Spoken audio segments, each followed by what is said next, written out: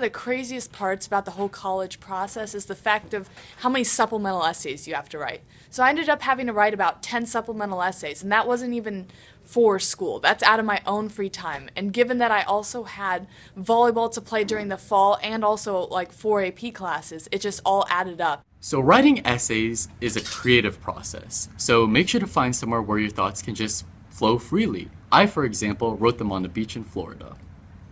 The week when decisions were coming out, this is kind of funny, kind of cheesy, and kind of embarrassing, but I went online and I found the rejection letter and I set it as my phone wallpaper, but I know now that everything would have worked out anyways, so.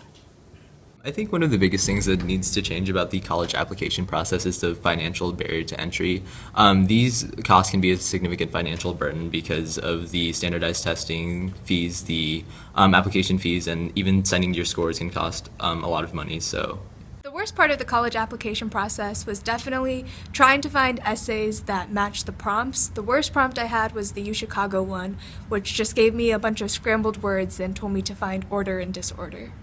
I think the most nerve-wracking thing about applying to Ivy League schools is meeting the requirements and the expectations, but I feel like if you're striving really hard and working to be the best you can be, then you have nothing to worry about and just be confident. I think one of the biggest things is finding kind of where you belong at a college or university.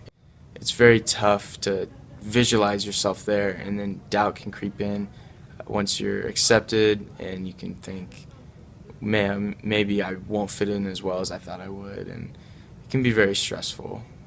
So I only realized this after I'd gotten into Harvard, but apparently after first grade, after I'd won a math competition, I told the newspaper reporters that my dream was to go to Harvard and do medicine, and here I am now. But that wasn't really my driving force the entire time, but it's kind of funny that things worked out that way.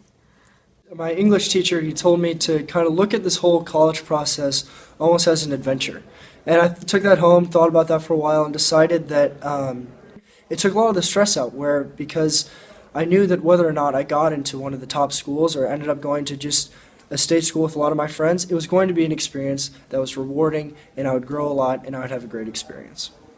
So I think the coolest part of the college application process, so even though it's very rigorous, it really helped me kind of find myself and pick apart my life and really find out who I really am.